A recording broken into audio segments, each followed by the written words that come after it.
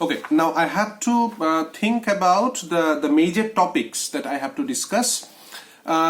Say for example, I'm just taking this particular thing, it is in your thing.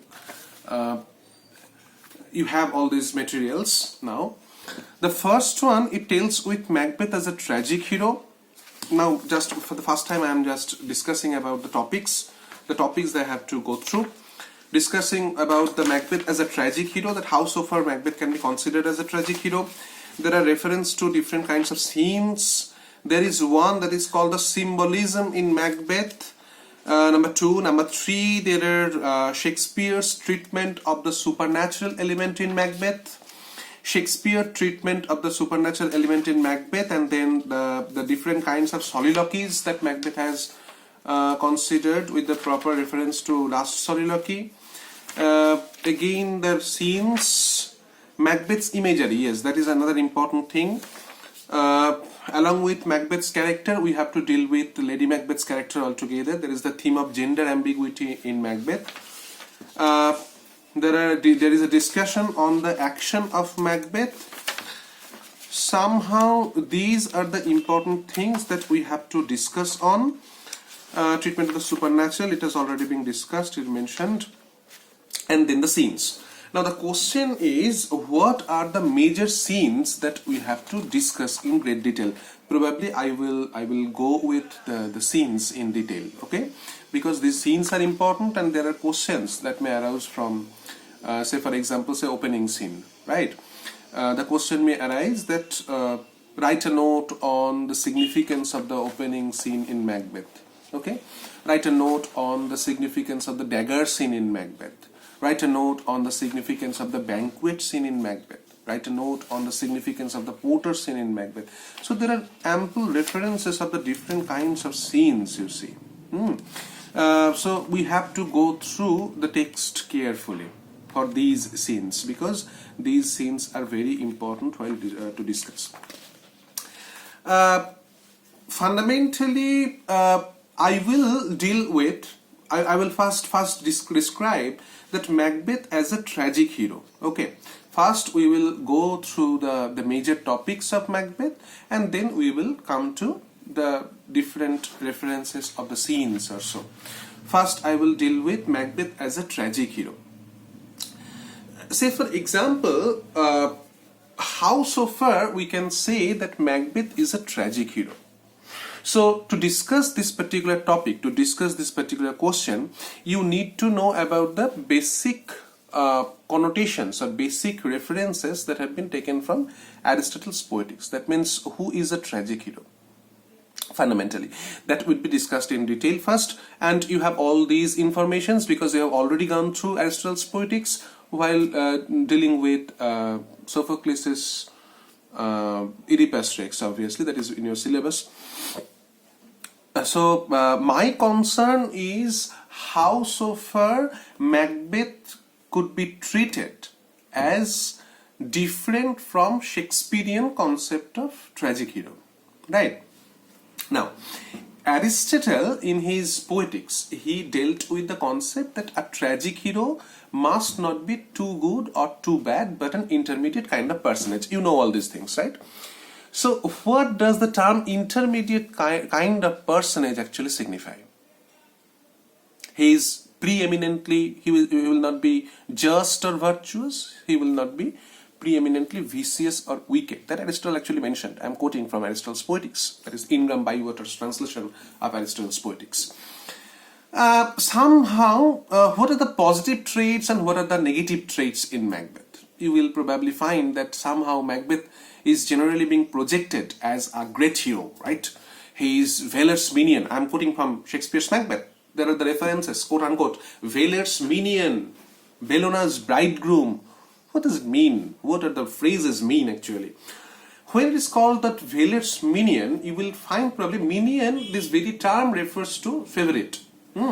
So Macbeth is conceptualized as Valor's minion. That means Macbeth has the same kind of valor. He is a courageous man.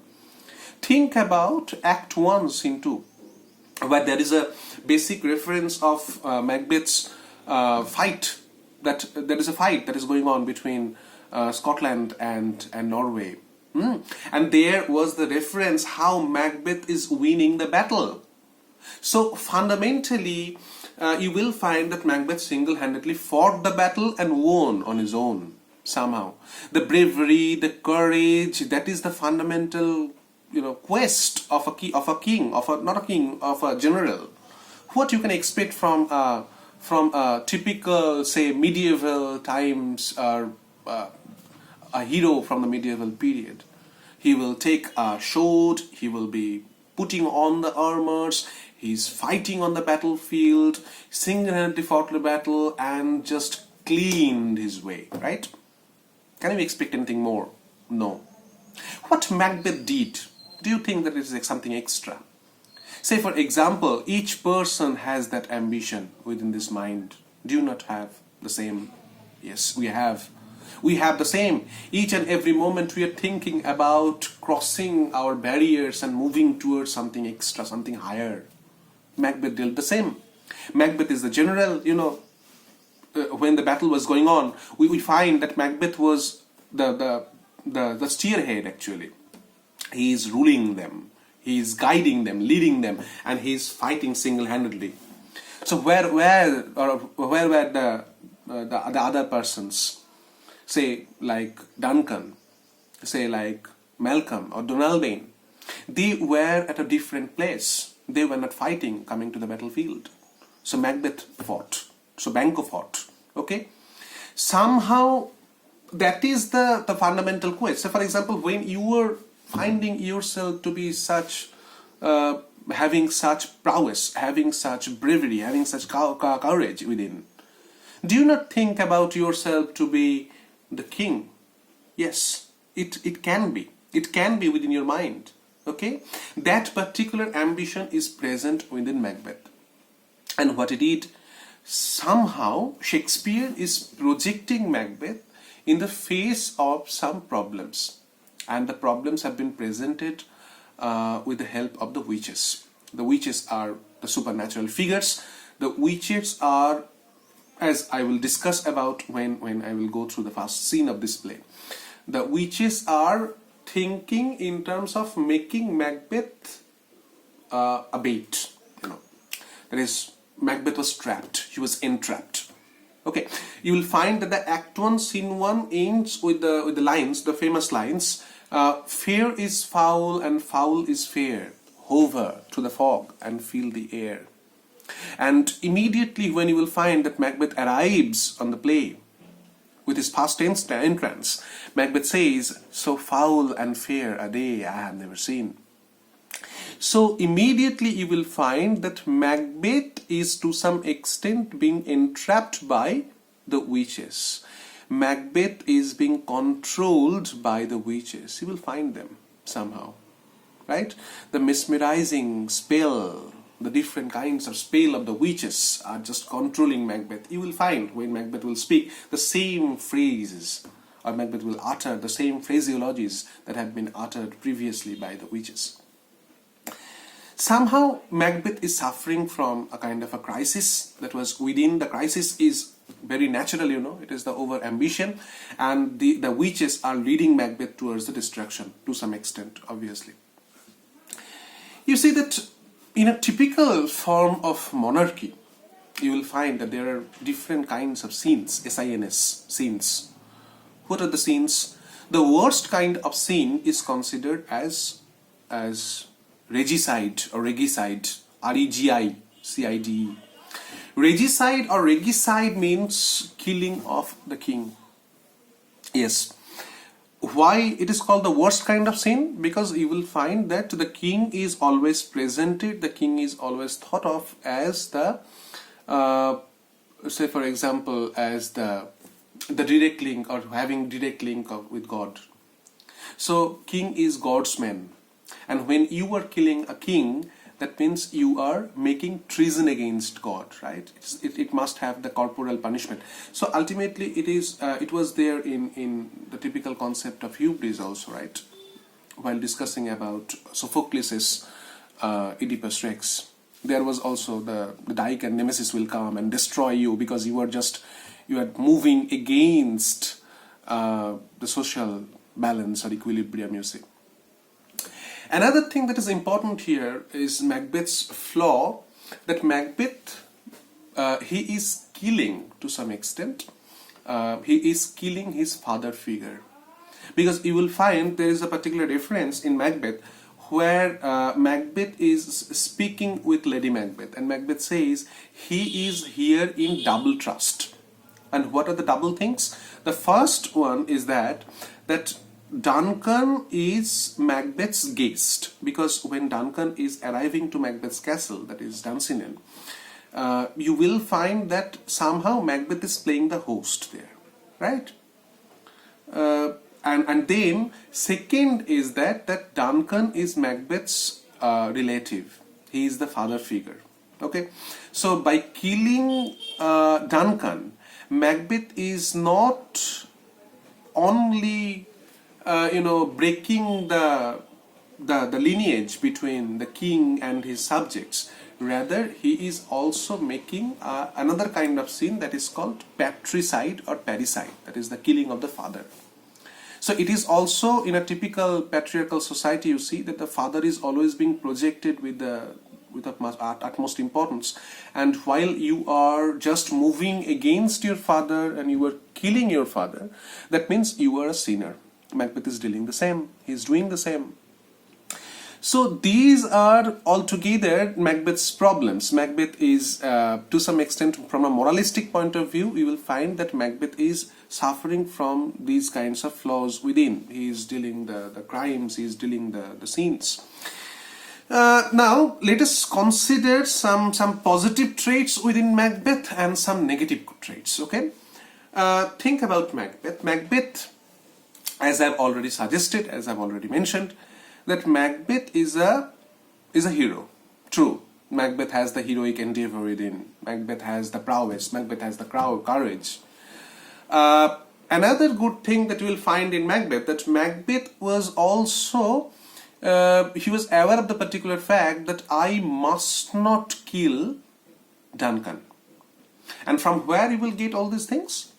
You will find probably that Duncan is the father figure. Macbeth knows that I am just discussed.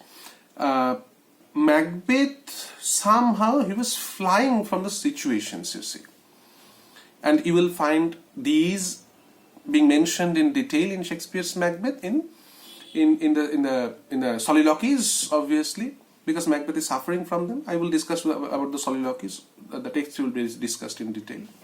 And the particular, the minimum sense of becoming king kind of thinking, it was nourished and nurtured and inculcated by Lady Macbeth. That's why there is a term that Lady Macbeth is considered to be the witch, the fourth witch. So this is a matter of debate, or it's a debatable question, a debatable topic that I will have to discuss later. Macbeth, he was suffering from the crisis, and that will be reflected in the form of the dagger scene. Okay, while it will be discussed that how Macbeth's psyche, okay, is tormenting him each and every moment.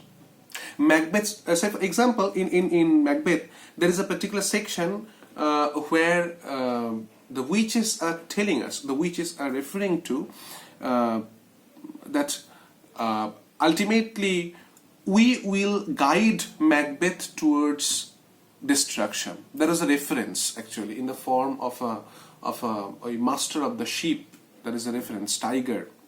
I will drain him dry as hay. Sleep shall neither night nor day.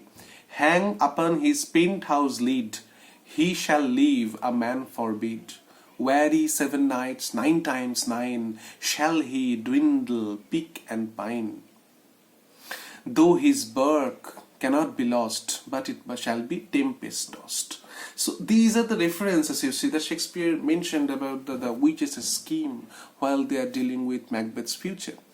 And this is the reference where you can find that in a symbolic orientation, in an alternative way, Macbeth is projected that Macbeth sleep shall neither night nor day. That means Macbeth cannot sleep. And in the later part you will find there are ample references where it is being pointed out that Macbeth cannot sleep. Macbeth says, the Glamis hath murdered sleep, so the coder can sleep no more. Macbeth can sleep no more. You will find that ultimately Macbeth is to some extent envying Duncan, that here Duncan sleeps well, but I cannot. So these are the problems, you see, and these are the indications. The reference to the dagger scene, the reference to the banquet scene, the reference to the other sections and soliloquies. There are ample references where you will find that Macbeth is suffering from a kind of moral problem, a kind of the conscience, the peak of conscience is always in work. So these are somehow the positive traits in Macbeth, you see. And ultimately you will find that Macbeth is trying to flying from the situation. Macbeth is avoiding Lady Macbeth to some extent, but how we can trace the negative characters in Macbeth? Because you will find that with the references or with the direct meeting with Lady Macbeth, Macbeth is to some extent being instigated towards doing that, and Macbeth goes and kills Duncan somehow. But later on, you will find that somehow Macbeth is thinking about killing others. You see? That means he is trying to kill Malcolm, he is trying to kill Macduff, he is actually killing Lady Macduff, he is employing murderers to kill Banquo, he is trying to kill Fleance. Why? That is the fundamental criminality. Okay.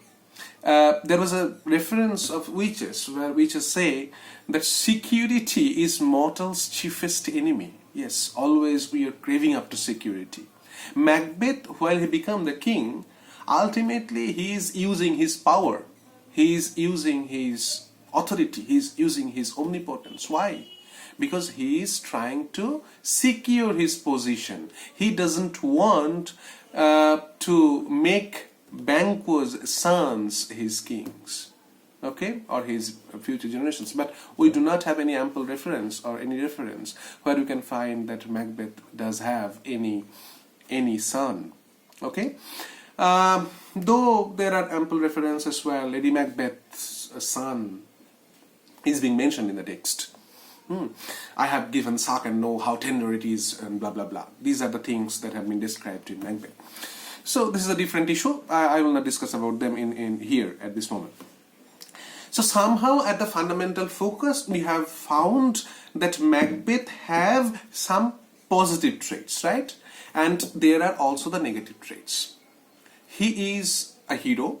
That's why we have some affinity, we have some attachments with this character, and he has to be considered as a criminal altogether. There was no need for killing Lady Macduff and his son. There was no need for killing the ordinary, the persons, the normal persons who are actually flying from Scotland in terms of terror. There was no need. So these are the references where you can find that Macbeth is scheming, Macbeth is killing others, he is becoming the butcher. Yes, these have been discussed in Malcolm Macduff scene in detail, and also in the shorter scenes where Macbeth's destruction have been described in detail. So from that particular point of view, we can find that the criminality in Macbeth is always existing. And at another point, from the soliloquies, from the monologues, from the Macbeth's crises, the moral conscience, the prick of conscience, we find that Macbeth was suffering from a kind of a crisis. So at one point he is suffering from the crisis, at another point he is becoming the criminal, and always there is a overlurking position of the witches and Lady Macbeth who are instigating Macbeth into doing the same. So these are the two different sides of Macbeth, and ultimately to sum all these things, we can trace that Macbeth has to be considered as a hero but with criminal instigations, right? So he is to be considered as a criminal hero, and if we consider psychologically, if we consider from the character's point of view, we can consider Macbeth as a tragic hero in detail, or in tragic hero but with a big difference from the classical concepts, okay? So that is the fundamental thing. Go through the note and go through the other materials and you will get this in detail probably. Thank you.